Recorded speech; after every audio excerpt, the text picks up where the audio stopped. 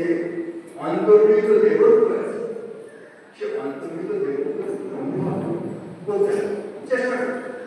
তিনি সবার কাছে আত্মার মহান যে আবেদন পৌঁছে দেওয়ার চেষ্টা করেন।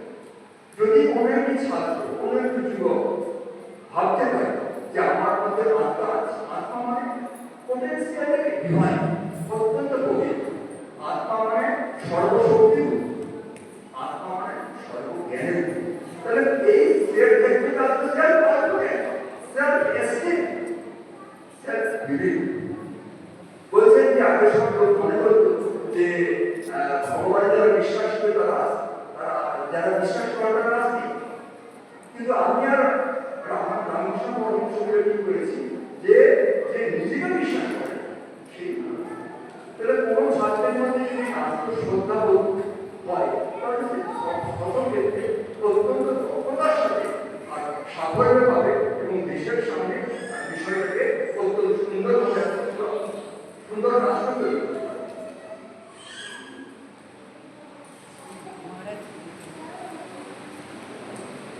আর স্বামী যাদেরকে আহ্বান জানিয়েছেন এই সমস্ত জ্ঞান বুদ্ধি বিচারকে তুমি বিরোচিত পূর্ণ করো।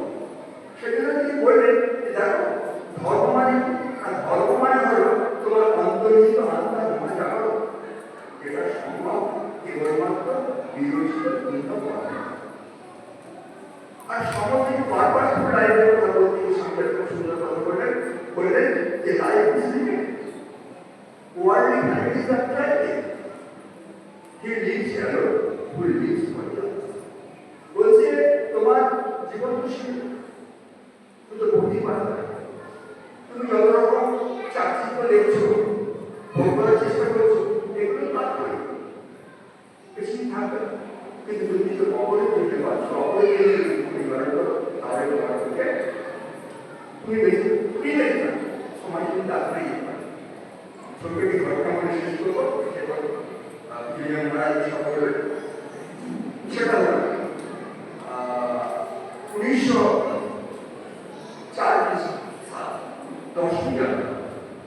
স্বামীজির নবগ্রাম হয়ে গেছে। তো স্বামীজির জন্মস্থলে বক্তব্য রাখতে এসছেন স্বামীজির মানুষ কন্যা লোকমাতা নেই। তিনি এসে বললেন যে স্বামীজি কি চাইবেন, স্বামীজি কি চাইবেন, স্বামীজি তার নাম ঠিক আছে বলে ভক্ত না, স্বামীজি তো অত্যন্ত ঘৃণা। তাহলে স্বামীজি চাইলে তার গুরুদেবের নাম হোক, তাও স্বামীজি চাইবেন। তাদের স্বামীজি চাইলে যে সমস্ত মানুষ তার উপদেশ মেনে চলবে, বলে না স্বামীজি তাও চাইবেন। স্বামীজি কি চাইবেন, স্বামীজি চাইবেন প্রতিটি মানুষ তার নিজের পায়ে। আমরা যে আত্মনির্ভর ভারতের স্বপ্ন দেখি স্বামীজির বিষয়টা স্বামীজি বলতেন আমি কিছু চাই, নাম যশ খ্যাতি শুধু মানুষ চেয়েছি, তোমরা আমাকে আদর শুধু ভালোবাসার অধিকারী মানুষ এনে দাও, আমি জগৎটা বাইরে।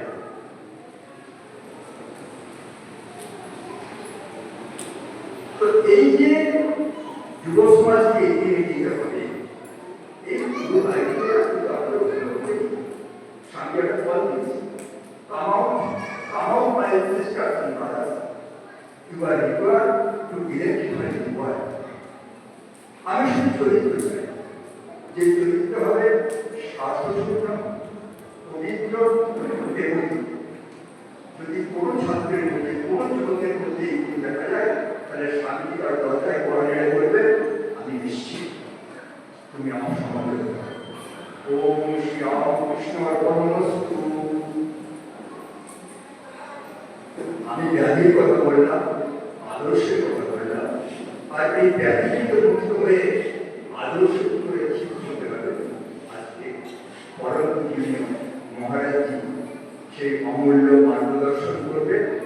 আমরা সবাই আমাদের আসলে ঢুকে বেঁধে নিয়ে যাবো সে অমূল্য সম্পদ এবং দায়িত্ব তুলে দেব আমাদের যুব সমাজকে সঠিক পথ প্রদর্শন করে স্বামীজি লেখা পরম বৈভবশালী ভারতবর্ষকে কারণ আমাদের লক্ষ্য দায়িত্ব আগামী 25 বছরের মধ্যে এই কাজটা করতে হবে।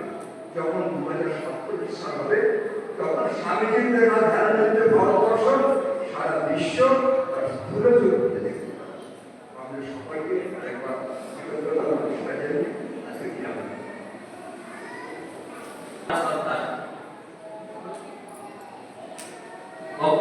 বক্তব্য রাখছেন জ্ঞান যোগানন্দ মহারাজ।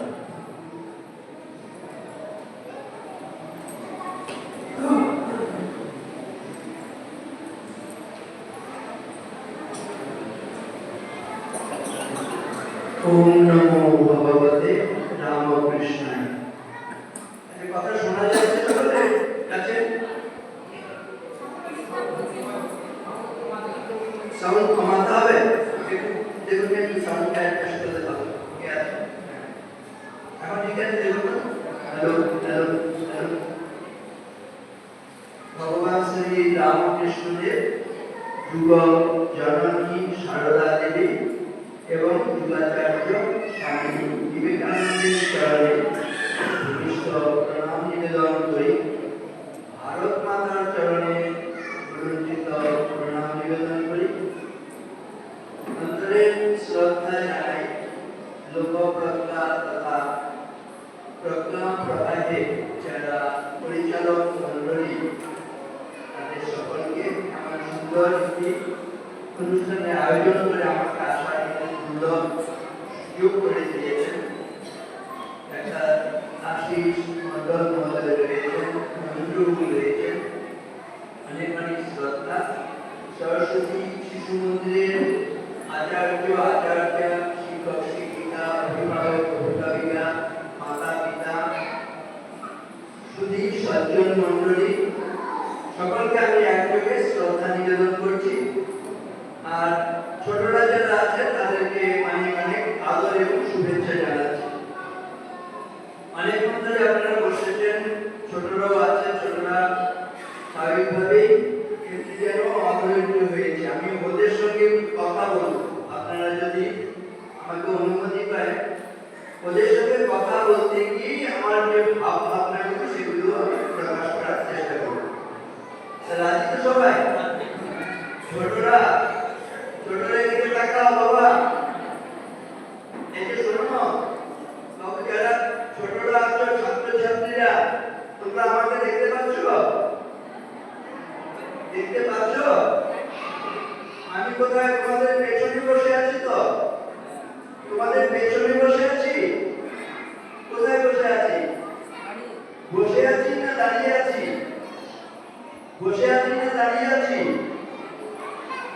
কথা আমার সঙ্গে কথা বলবে। দাঁড়িয়ে আছি, ঠিক দেখছো তো? আমার চোখে চশমা আছে না নেই? এখন এখন চশমা আছে, বাহ, তোমরা ঠিক দেখছো। আচ্ছা, তোমরা মা বাবাকে ভালোবাসো?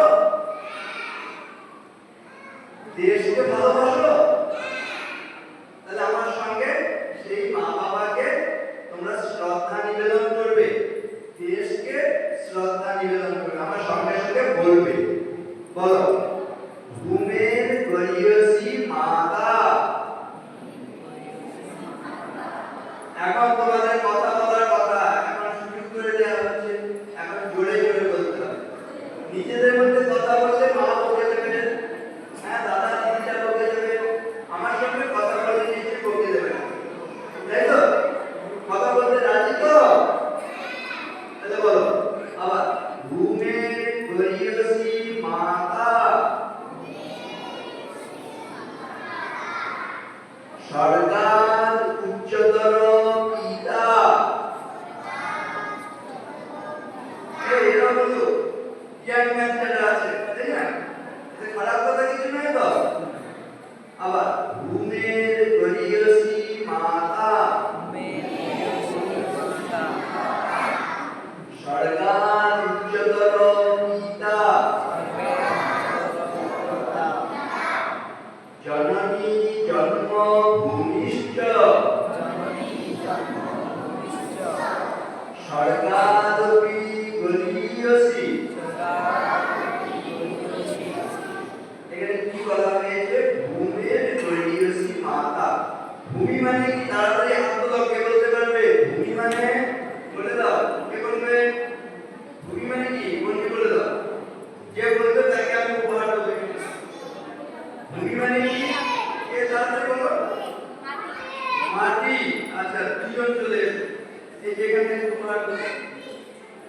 দেবো আর কি দেবো?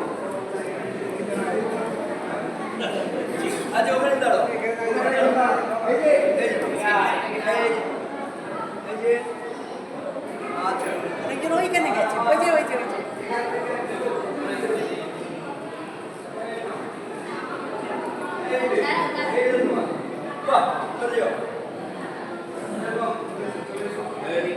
আবার বলো তাহলে ভূমি মানে মাটি মাটি মানে পৃথিবী ঠিক আছে পৃথিবীতে কে শ্রেষ্ঠ বলতে গিয়ে বলেছে মা হচ্ছে পৃথিবীতে শ্রেষ্ঠ ব্যক্তিত্ব ভূমির গরিয়সী মাতা আর স্বর্গ তোমরা সবাই জানো তো মাটির নিচে তাই না মাটির নিচে স্বর্গ উপরে বাহ আমি তাদের ভুল বলছি উপরে ঠিক বলেছো বলছে স্বর্গাৎ উচ্চতর পিতা পিতা মানে বাবা বলছে বাবার স্থান কোথায় না স্বর্গের চাইতেও উচ্চে তাহলে পৃথিবীতে মা হচ্ছেন শ্রেষ্ঠ আর বাবার স্থান পিতার স্থান স্বর্গের চাইতেও উচ্চে ঠিক আছে আবার বলো ভূমের গরিয়সী মাতা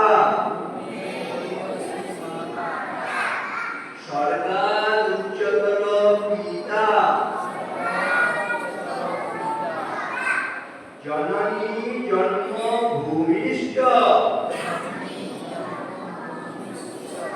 জননী মানে কি বলে দাও মা ঠিক বলেছো মা সবাই জানে আর জন্মভূমি মানে যে দেশে আমরা জন্মেছি আমাদের দেশের নামটা বলে দাও ভারতবর্ষ বলো আমার সঙ্গে ভারতবর্ষ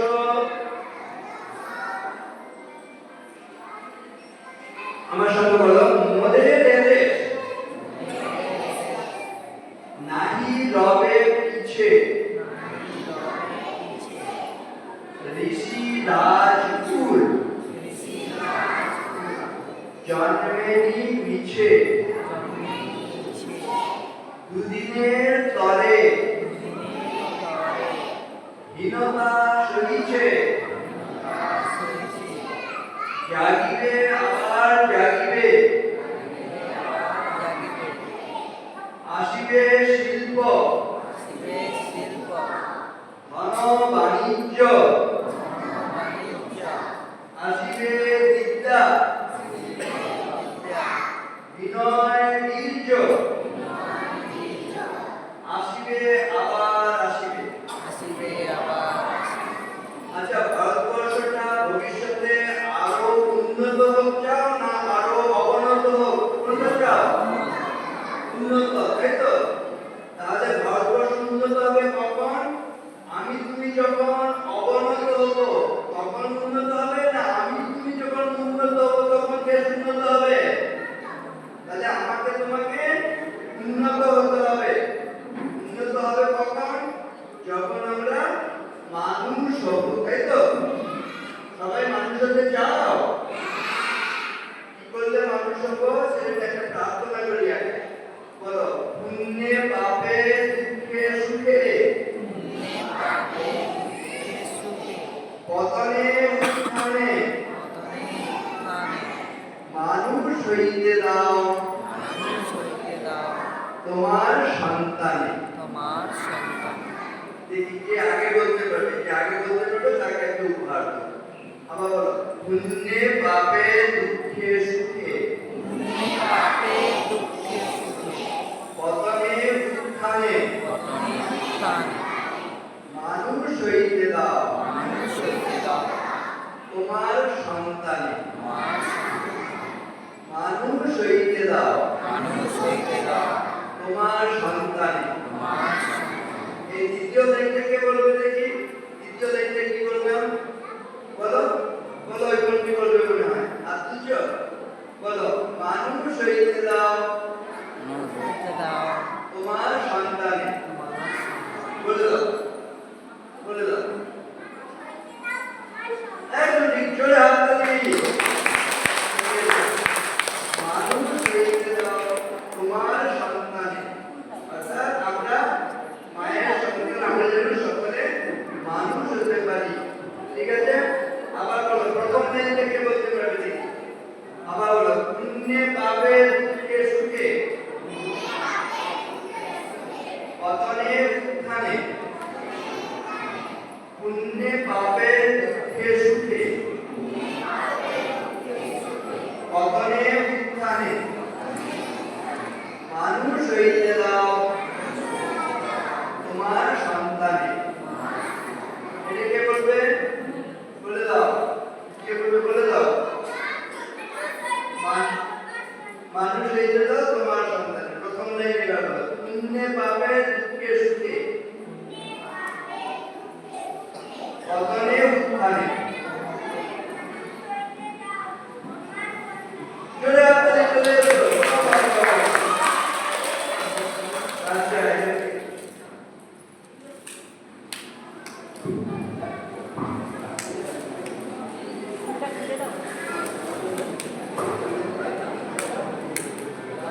হ্যালো, আচ্ছা তোমার নাম বলে দাও। আর জোরে। কোন ক্লাসে পড়ো? আর কোন স্কুলে পড়ো? বাবা, জোরে হাততালি। আরেকটা ফটো বাবা, আরেকটা ছবি নিয়ে নাও। আরেকটা ছবি দাও। এই নাও। আবার সবাই মিলে পুণ্যে পাবে দুঃখে সুখে পতনে উত্থানে মানুষ হইতে দাও তোমার সন্তানে। তাহলে তোমরা বাংলা কবিতা তাহলে শুনে শুনে সঙ্গে সঙ্গে তোমরা বলে দিতে পেরেছো। এবারে একটা ইংরেজি হবে নাকি? তোমরা ইংরেজিও জানো তো?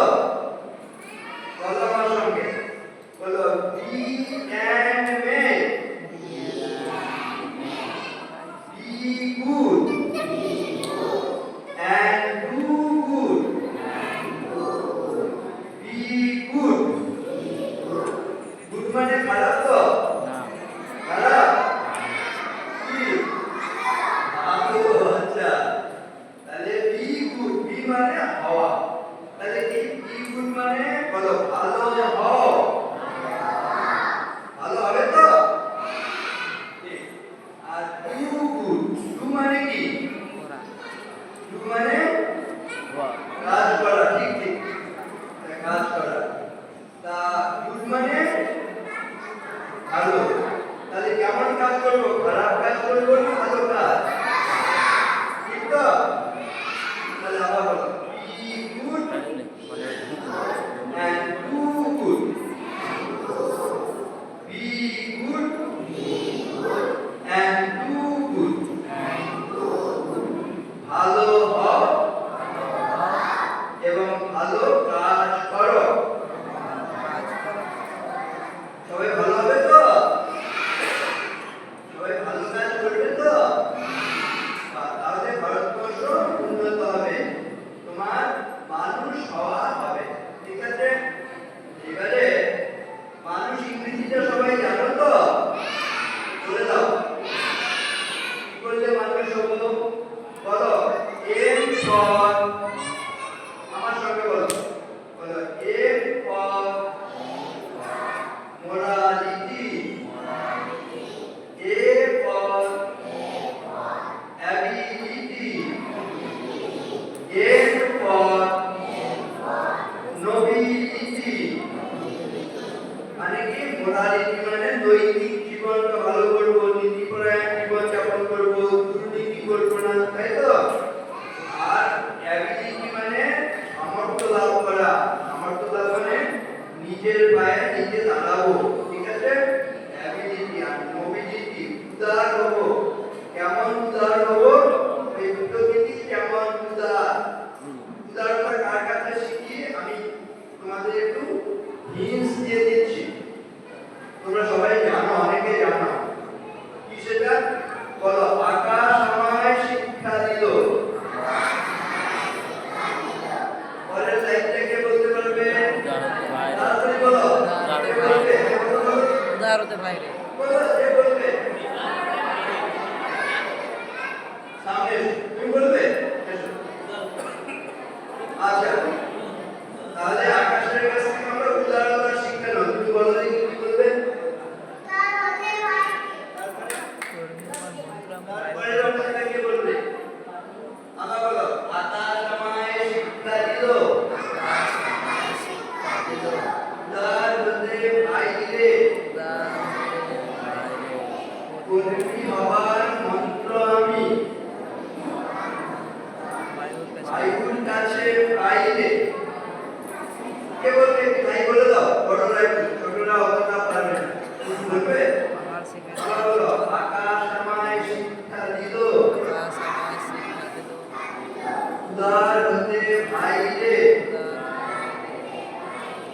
কর্মী হবার মন্ত্র আমি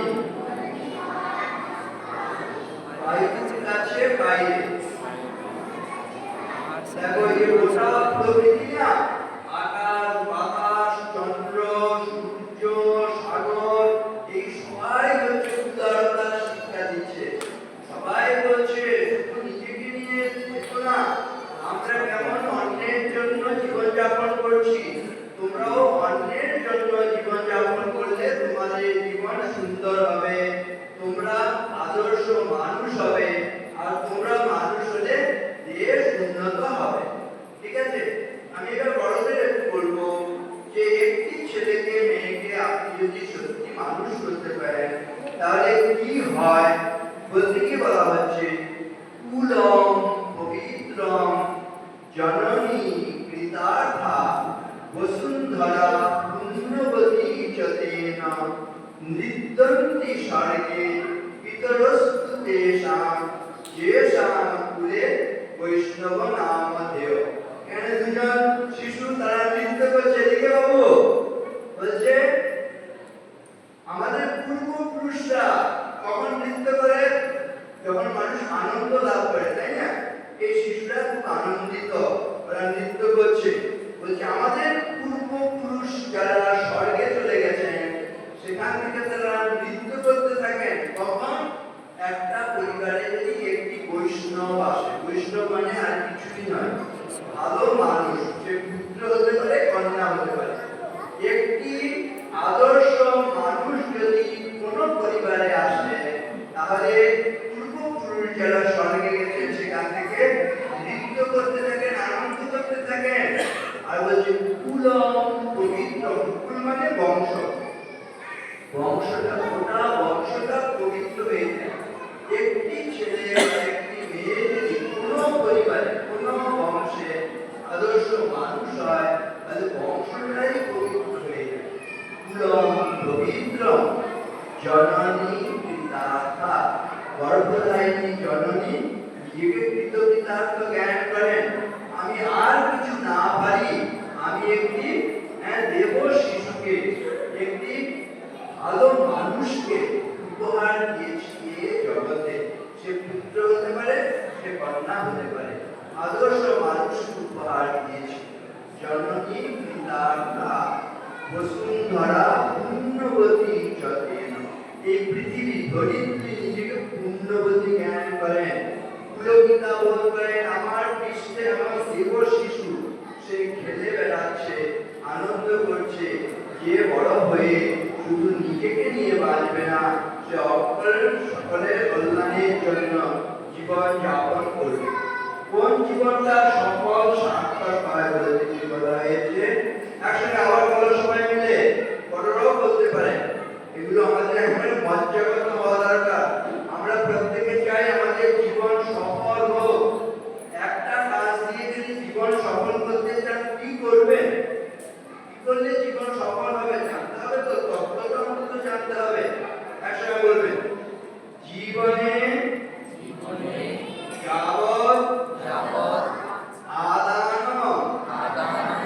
স্যাৎ প্রদানম ততোধিকম ইত্যেষা প্রার্থনা अस्माकं भगवान परिपूर्यता, भगवान परिपूर्यता, हे भगवान তুমি পূরণ করো। কি পূরণ করো না, জীবনে যাবৎ আদান, আদান মানে সবাই জানি মানে গ্রহণ করে, প্রদান মানে ফেরত দেন, যে জগৎ থেকে যা নিচ্ছি তার চেয়ে বেশি যেন জগৎকে ফেরত দিতে পারে। এই যে প্রার্থনা, হে ভগবান হে ঈশ্বর তুমি এই প্রার্থনা পূরণ করো। জীবনে বেঁচে থাকার প্রয়োজনে আমরা মা বাবার কাছ থেকে, সমাজের কাছ থেকে, প্রকৃতির কাছ থেকে, রাষ্ট্রের কাছ থেকে যা কিছু গ্রহণ করছি, বেঁচে থাকতে সেই মা বাবাকে, প্রকৃতিকে, রাষ্ট্রকে, সমাজকে যেন তার চেয়ে বেশি ফেরত দিতে পারি। ঠিক আছে, একটা শর্তে জীবন সফল হবেই হবে, যা নিচ্ছি তার চেয়ে বেশি ফেরত দেব। দেখুন, একটা জিনিস ভাববেন যে আসনটায় বসে আছেন, আমি আপনি কি সেই আসনটা তৈরি করেছি? যে পোশাক পরিচ্ছদ পরে আছি, আমি আপনি তৈরি করেছি? যে খাবারগুলো খেয়ে বেঁচে আছি, আমি আপনি তৈরি করেছি? যে পথঘাট ব্যবহার করছি, আমি আপনি তৈরি করেছি?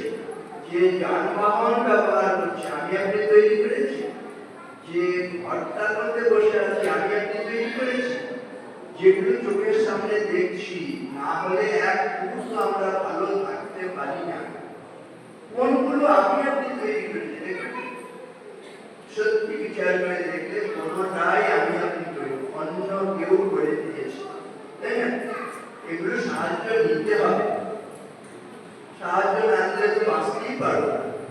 সাহায্য নেব, কিন্তু শুধু নেব, শুধু হাত পেতে থাকবো? হাত পা থেকে ভিক্ষুক না? ভিক্ষুকের জীবন কখনো সফল হয়? ভিক্ষুকের জীবন সফল হয় না। শুধু হাত পাতবো না, শুধু নেব না, যা নিচ্ছি অন্তত কিঞ্চিৎ হলেও তার কিছুটা ফেরত দেওয়ার চেষ্টা করব। এর জন্য আমাদের আদর্শ মানুষ হতে হবে, মোরালিটি নৈতিক জীবন ভালো করতে হবে, অ্যাবিলিটি মানে সামর্থ্য লাভ করতে হবে। দেব কি করে? এবার তো মানে কিছু অর্জনই করলাম না, দেব কি করে? অ্যাবিলিটি, সামর্থ্য লাভ করবো। নোবিলিটি মানে উদার হব, মহৎ হব। এই প্রকৃতি যেমন, আকাশ বাতাস যেমন উদার, গাছেরা তাদের ফল নিজেরা খাচ্ছে না, নদী তার জল নিজে পান করছে না, গরু তার দুধ নিজে গ্রহণ করছে না, সবাই দেখুন অন্যের জন্য কাজ করছে। আমি আপনি শুধু স্বার্থপর জীবনযাপন করবো? বলা একসঙ্গে আবার ছোটরা, স্বার্থ মগ্ন যেজন বিমুখ বৃহৎ জগৎ হতে সে কখনো সেখানেই বাঁচিতে। আচ্ছা, তোমরা তাহলে ভালো ছাত্র হতে চাও, ভালো মানুষ হতে চাও, তাহলে কি করতে হবে? আমার সঙ্গে বলো। বলো, ছাত্র বলা। আবার ছাত্র বলা, নিষ্ঠা মদে পঞ্চ প্রতিজ্ঞায় শাস্ত্রাধ্যয়ন সত্য প্রকার ঐক্য প্রতিষ্ঠায়। ভালো ছাত্র হলে কি হয়? পাঁচটা গুণ লাভ করতে হয়, তাহলে ভালো ছাত্র হওয়া যায়। এক নম্বর কি? বলো, আমরা সুস্বাস্থ্যের অধিকারী হব। আরো জোরে, আমরা সুস্বাস্থ্যের অধিকারী হব। আমরা অধ্যয়নশীল হব। আমরা সত্যবাদী হব। আমরা পরোপকারী হব।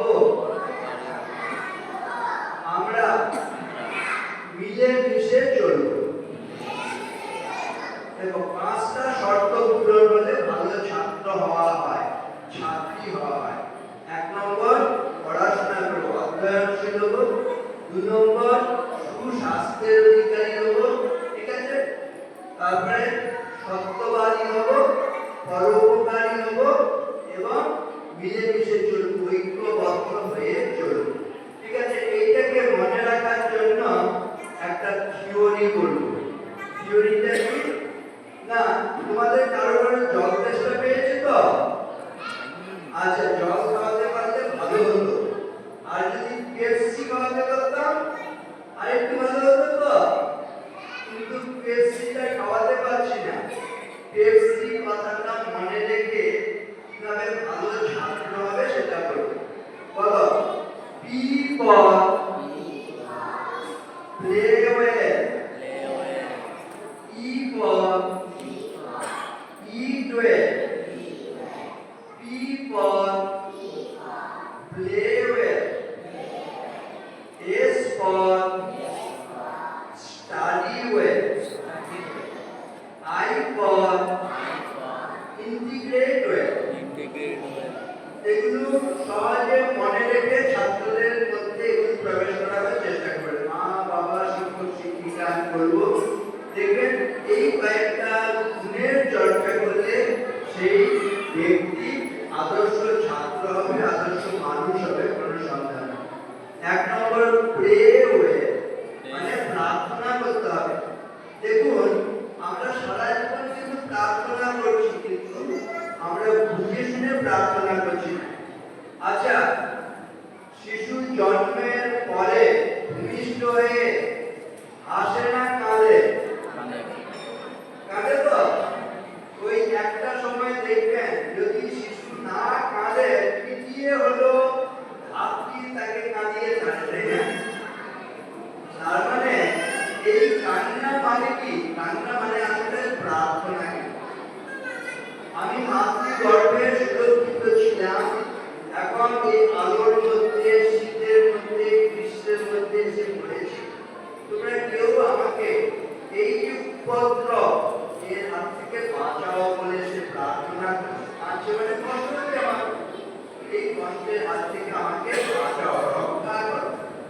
দেখবেন সকাল থেকে সারা দিন কিন্তু আমরা ডেকে বলছি এটা দাও, তুমি এটা করে দাও, মানে প্রার্থনা কিন্তু।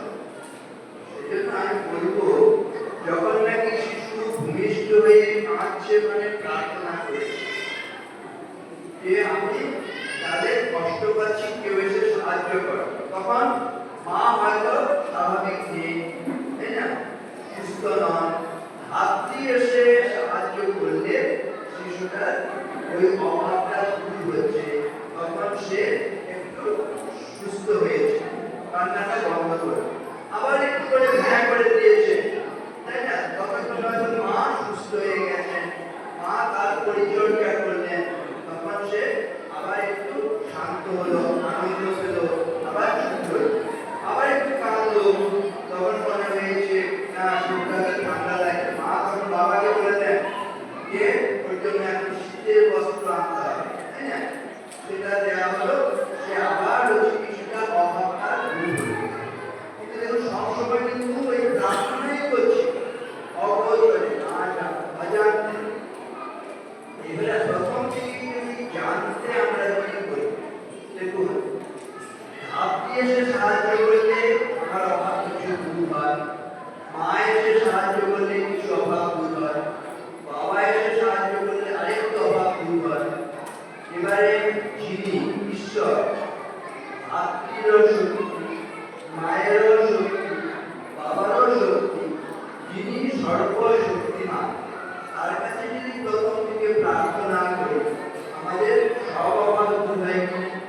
সর্বশক্তিমানের কাছেই আমি আপনি যেন সেই প্রার্থনা করি।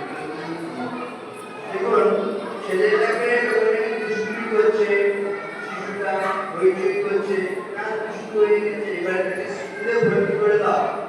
হেডমাস্টার মশাইকে গেলে কি বলেন, না একটা অ্যাপ্লিকেশন দিই, অ্যাপ্লিকেশন মানে কিন্তু প্রার্থনা হচ্ছে, তাই না, আমার ছেলেটাকে মেয়েটাকে ভর্তি করে সব প্রার্থনা ছাড়া কিছু।